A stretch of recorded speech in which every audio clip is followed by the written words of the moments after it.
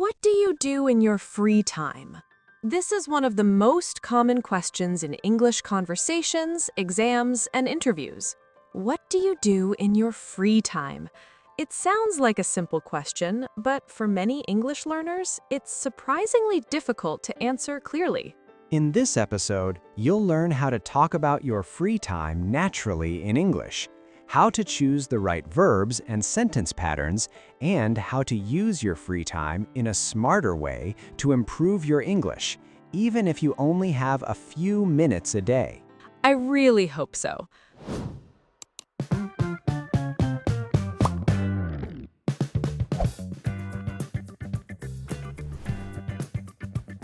Hello everyone, and welcome back to Easy English Space. I'm Julia. And I'm Henry. We are so happy you are here with us today. Whether you are walking the dog, driving to work, or maybe you are actually enjoying some free time right now. If you are, good for you. Relax your shoulders, take a deep breath. Today, we are talking about free time, hobbies, relaxing, and why it is surprisingly hard to just do nothing. It is a very important topic. You know, Julia, people think free time means fun time, but for English learners, and for everyone really, free time can actually be a little bit stressful. Stressful? How can free time be stressful? Explain that to me, Mr. Logical. Well, think about it. We live in a world that tells us to be busy, always busy. If you are not working, you should be learning. If you are not learning, you should be exercising. So when you sit down to watch a movie, do you feel 100% relaxed? Or do you feel a tiny little bit guilty? Oh, wow. You didn't have to attack me like that. No, you are totally right. It's like a little voice in my head saying, Julia, you should be cleaning the kitchen, or Julia, you should be practicing your vocabulary. Exactly. That is the guilt. But today, we want to tell our listeners something important. Rest is productive. Oh, I like that. Let's say it again for everyone listening. Rest is productive. Listeners, I want you to say that out loud right now, wherever you are. Ready? Rest is productive. Very good. It means your brain needs quiet moments to grow, especially when learning a language. So, Julia, let's talk about real life. When you actually beat the guilt, what do you do? What is your favorite way to spend a Sunday afternoon? Okay. If I am being the perfect version of myself, I would say I go for a long hike in nature, I paint a beautiful picture, and I bake bread from scratch. That sounds amazing. But if I'm being honest, the real Julia, Yes, give us the real Julia. I put on my most comfortable, ugly pajamas, I make a giant bowl of popcorn, and I watch reality TV shows where people argue about nothing. It is my guilty pleasure. I appreciate your honesty. There's nothing wrong with that. It's called switching off your brain. Not exactly, but you're close. I love gardening. Gardening, of course. That is so you. There is something very special about putting your hands in the dirt. It is quiet, no phones, no emails, just me and the plants. If I have a free Saturday, I can spend 4 or 5 hours just taking care of my flowers. 4 hours? Wow. Doesn't your back hurt? A little bit, but my mind feels light. That is the difference. Physical tiredness is okay. Mental tiredness is what we want to avoid. That is such a good point. Listeners, I want to ask you a question right now. I want you to think about it. What is the one activity that makes you forget to look at your phone? Is it cooking? Is it playing football? Is it playing with your kids? Think about it. And if you can, pause the audio for a second and whisper your answer. What makes you forget your phone? I think for a lot of people, Henry, the problem isn't finding a hobby. It's starting a new one. I have a funny story about this, actually. Oh, I love your stories. Please share. Okay, so a few years ago, I decided I needed a cool hobby. I didn't want to just watch TV. So I decided I am going to knit. Making sweaters with wool and needles. Knitting is a wonderful hobby, very relaxing. That's what I thought. I bought the expensive wool, I bought the needles, I sat down, watched a YouTube video, and I started. I wanted to make a scarf, just a simple, long scarf. And how did it go? Henry, it was a disaster. I tried for 3 hours. I was sweating, I was angry at the wool, and in the end, it didn't look like a scarf. It looked like a very ugly, knotted spider web. I was so frustrated, I almost cried. Oh no, Julia, that sounds intense. It was. I felt so stupid. I thought, why can't I do this simple thing? I threw it in the trash and never tried again. You know, that is actually a very sad story, but also very relatable. We put so much pressure on ourselves to be good at our hobbies immediately. Yes, that's it. I wasn't having fun because I was trying to be perfect. Listeners, hearing Julia's story, have you ever tried a hobby and failed? Maybe you tried to learn guitar and your fingers hurt too much, or you tried to bake a cake and it burned? If you have a failed hobby story, please tell us in the comments. I need to know I am not the only one who failed at knitting. I am sure you are not alone.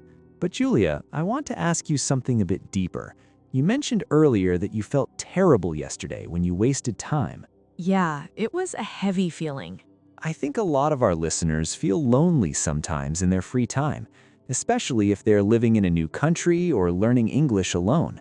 Free time can feel empty. That is so true, Henry. I didn't think about that.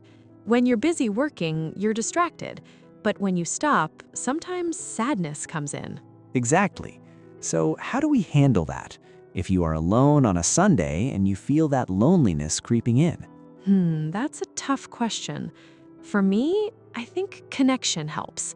Even if I'm alone in my apartment, I like to listen to a podcast, like this one, or read a book where the characters feel like friends. It makes the room feel less quiet. That is beautiful advice. Replacing the silence with a friendly voice. I also think it helps to go outside. Just walking in a park where other people are. You don't have to talk to them. Just seeing other humans, playing with dogs, or sitting on benches. It reminds you that you are part of the world. I love that. You are part of the world. That is comforting. Let's do a little practice here for our listeners. We are talking about activities. I want to practice the phrase, I feel like. We use this when we want to do something, but it's a mood. Oh, good idea. Like, I feel like eating pizza. Exactly. So, Julia, finish this sentence. It's raining outside, it's cold. What do you feel like doing? I feel like curling up with a blanket. Nice. Curling up. That means sitting in a cozy ball. Listeners, your turn. I will give you a situation. You finish the sentence with I feel like and an ing verb. Ready? Here is the situation. It is a beautiful, sunny Saturday morning. You have energy. What do you feel like doing? Give them a second. Did you say, I feel like going for a run, or I feel like going to the beach? Or maybe I feel like sleeping more? Honest answers only. Okay, let's shift gears a little bit. We talked about guilt, we talked about loneliness, but let's talk about joy, the pure joy of a passion project. A passion project. I like the sound of that. What is the difference between a hobby and a passion project? A hobby is for fun. A passion project is something you create, something you build over time. For example, this podcast is our passion project. It is. We love making this. Do you think English learners should have a passion project in English? Oh, absolutely. That is the best way to learn. If you love cooking, don't just study food vocabulary. Start a small Instagram page where you post photos of your food and write the recipe in English. That is brilliant. right? Or if you love football, start a blog where you write your opinions about the games in English. Even if nobody reads it, it is for you. It takes the focus off the grammar and puts the focus on the topic you love. Exactly. You stop thinking, am I using the present perfect tense correctly? And you start thinking, how do I describe this delicious chocolate cake? And that is when fluency happens, when you forget you are studying. Henry, let's play a quick game. It's called the Dream Weekend.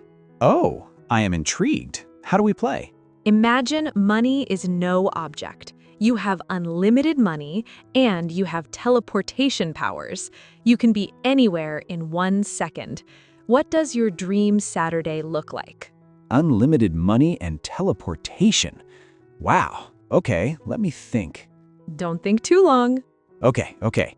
Morning, I would wake up in a cabin in the Swiss Alps. Crisp, cold air. Hot coffee with a view of the mountains. Very Henry, very calm. Then what? Then for lunch, I would teleport to Italy, Naples, for the best pizza in the world. Yes, take me with you. Haha, you are invited. And then for the evening, this might surprise you, I would go to Tokyo. I would go to a jazz bar, listen to live music, and watch the city lights. Wow, mountains, pizza, and Tokyo jazz, that is a perfect day. What about you, Julia? Okay, morning. I am on a tropical beach in Thailand, swimming in the ocean. Then I teleport to Paris for lunch. I eat croissants and cheese by the Eiffel Tower. And for the evening, I would go to a huge music festival in Brazil. Dancing, loud music, energy. Haha, we are very different people, aren't we? I want a quiet cabin, you want a loud festival. But that's why we are good friends. We balance each other out. We do. Listeners, I want you to visualize your dream Saturday. If you could teleport anywhere right now, where would you go?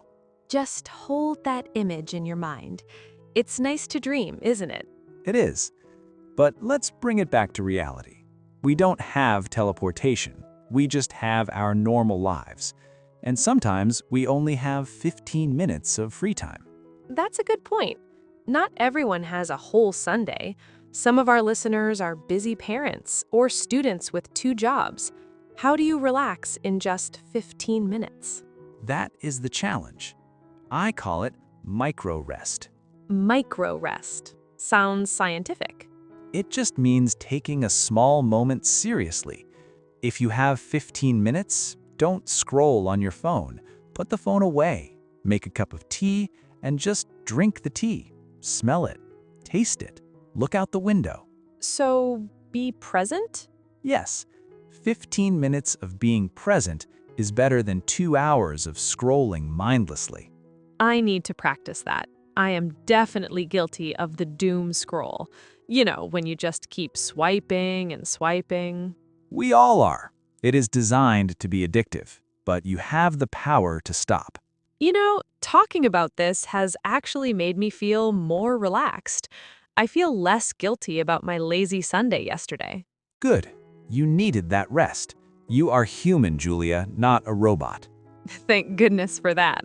We have covered a lot today. The guilt of resting, the failed knitting, the dream travel. It's been a journey. Before we go, we have a little task for you. A curious little homework assignment. Yes, we love seeing your comments. It makes our day. For today's homework, write a few lines in the comments about this. What is your favorite guilty pleasure free time activity? Are you a reality TV watcher like me? Do you eat ice cream in bed? Do you read comic books? Don't be shy. No judgment here. Just practice your English and share a little bit of your real life with us. And if you enjoyed this conversation and you want to hang out with us again, please consider clicking that subscribe button. It really helps us keep making these episodes for you. It does. We're building a nice little community here at Easy English Space, and we want you to be part of it. Next episode, we're going to talk about something very different. Oh, I have strong opinions on that. I can't wait to discuss it. It's going to be fun. Thank you so much for listening today. Remember, enjoy your free time. Do not feel guilty. Rest is productive. Yes, rest is productive. See you next time, everyone. Goodbye.